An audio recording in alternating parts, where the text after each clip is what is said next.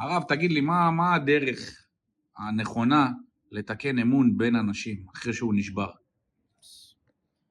יופי, קודם כל אפשר לתקן אמון בין בני אדם.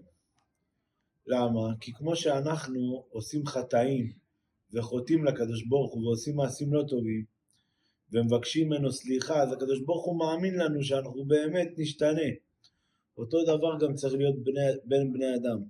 שמישהו חטא כנגדך, עשה לך רע, צייר אותך, גנב לך, עשה לך דברים לא טובים, אם הוא בא באמת ומבקש סליחה ומתחרט על המעשים שלו, אפשר לאט לאט להחזיר את האהבה ביניכם, להחזיר את האמון. אם זה בין בעל לאישה, אם זה בין חברים, אם זה בכל מצב בעולם הזה. בכל דרך שפגעו בך או אתה פגעת, אפשר לתקן הכל. בטח שאפשר להחזיר את האמון. אם אתה תהיה בן אדם, ואתה תתנהג כמו שצריך,